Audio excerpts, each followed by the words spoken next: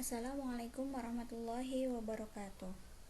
Pada materi matematika kali ini kita akan belajar tentang pada penyajian data tersendiri itu terbagi menjadi 4, yaitu ada diagram gambar, diagram batang, diagram garis, dan diagram lingkaran. Pembahasan pertama kita akan belajar tentang diagram gambar. Di sini ada sebuah tabel hasil panen dari tahun 2011 sampai 2015. Ada sebuah keterangan bahwa setiap satu apel mewakili 2000 ton. Yang ditanyakan adalah hasil panen apel terbanyak terjadi pada tahun. Untuk mencari hasilnya, maka kita harus menghitung jumlah dari masing-masing tahun. Misalnya, pada tahun 2011 itu ada sebanyak 1, 2, 3, 4, 5. Karena ada 5 apel, maka 5 kali 2000 ton sama dengan 10.000. Begitu juga dengan 2012 ada 6 apel, 1, 2, 3, 4, 5, dan 6. Maka 6 kali 2000 ton sama dengan 12.000. Tahun 2013 ada 1, 2, 3, 4. Ada 4 apel, maka 4 kali 2000 ton sama dengan 8.000. Tahun 2014 ada 1, 2, 3, 4, 5, 6, dan 7. Ada 7 apel, maka 7 kali 2000 ton sama dengan 14.000 ton. Tahun 2015 ada 1, 2, 3, 4, 5, 6, 7, dan 8. Ada 8 apel, maka 8 kali 2000 ton sama dengan 16.000. Dari tahun ke tahun, angka terbesarnya yaitu 16.000, dan itu terletak di tahun 2015. Maka hasil panen terbanyak terjadi pada tahun 2015. Selanjutnya kita ke diagram batang. Di sini ada sebuah tabel jenis buah yang disukai oleh siswa. Mangga disukai oleh siswa sebanyak 12, rambutan sebanyak 8, jeruk sebanyak 4, apel sebanyak 6, melon sebanyak 3, dan pisang sebanyak 7. Untuk membuat diagram batang, maka kita harus membuat sebuah diagram kartesian seperti ini. Nah, untuk arah tegaknya itu menunjukkan banyaknya siswa. Kemudian untuk yang mendatar itu adalah jenis buahnya. Nah, di sini banyaknya siswa kita menggunakan angka genap 2, 4, 6, 8, 10, dan 12. Untuk jenis buah yang pertama adalah mangga. Kita lihat pada tabel. Mangga banyak siswanya ada 12, maka kita buat sebuah batang yang menunjukkan angka di 12. Kemudian buah yang kedua adalah rambutan. Rambutan di tabel menunjukkan banyaknya siswa ada 8. Maka kita buat sebuah batang yang menunjukkan di angka 8. Jeruk ada 4 siswa, maka kita buat sebuah batang lagi menunjukkan angka 4.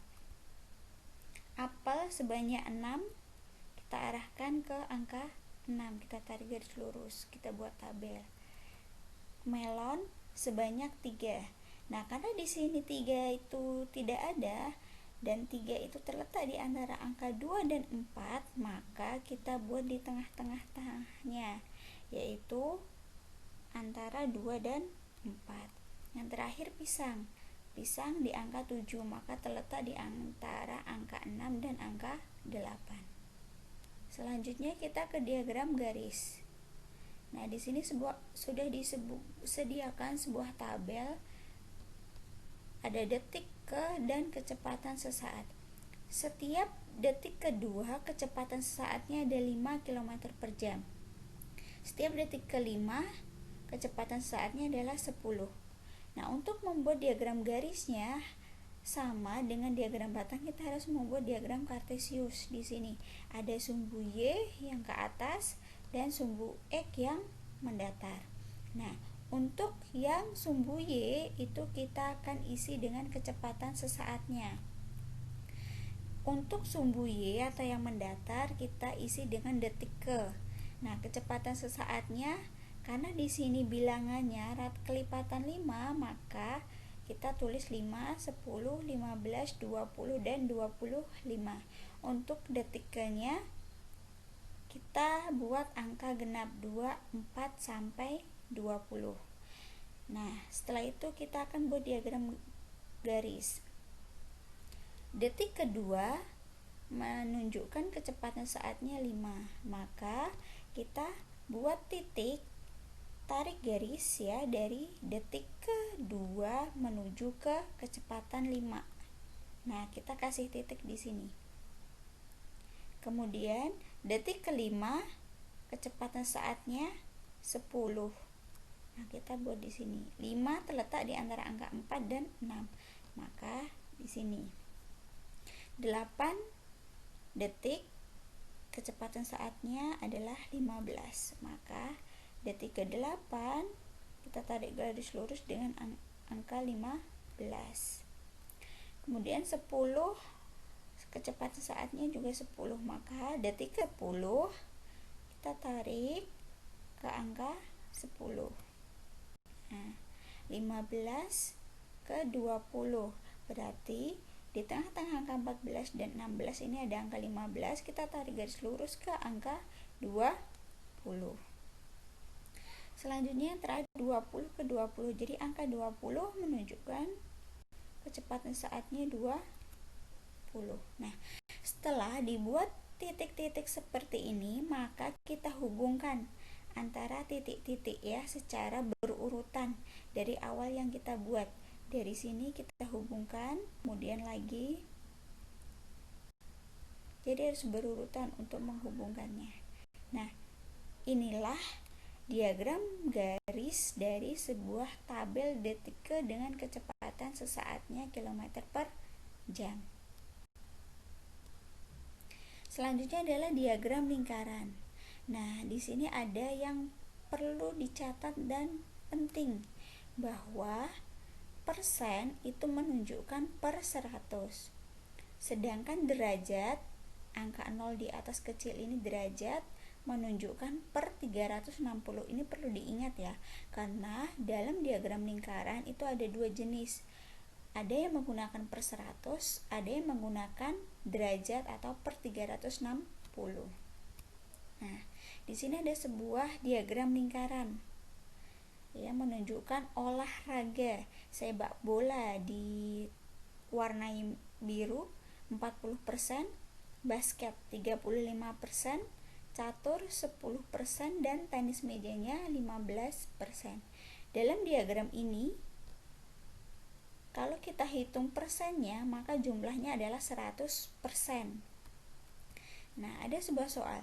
Jika jumlah siswa 80 orang, maka jumlah siswa yang gemar sepak bola adalah, kita fokus pada yang sepak bola saja. Kita lihat, sepak bola di sini ada berapa persen? Ada 40%.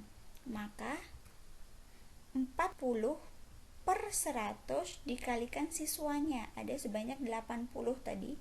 80 siswa sama dengan 40 kalikan 80 per 100. Kita kalikan, jadi 3200 per 100 sama dengan 32 siswa.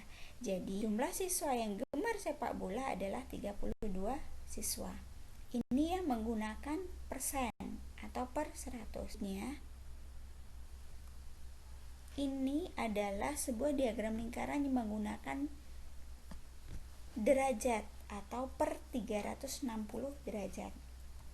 Di sini menunjukkan IPA 80 derajat, bahasa Indonesia 60 derajat, bahasa Inggris 120 derajat dan IPA-nya 100 derajat. Nah, kalau tadi persennya semuanya jumlahnya 100, kalau derajat, kalau kita jumlahkan semua ini besarnya adalah 360 derajat. Nah, ada sebuah soal. Jika jumlah siswa 360 orang, maka jumlah siswa yang gemar matematika adalah, kita kembali fokus ke soal, yaitu matematika. Yang gemar matematika di sini ada berapa derajat? Ada 80 derajat. Maka 80 per 360 dikalikan siswanya berapa? 360 siswa.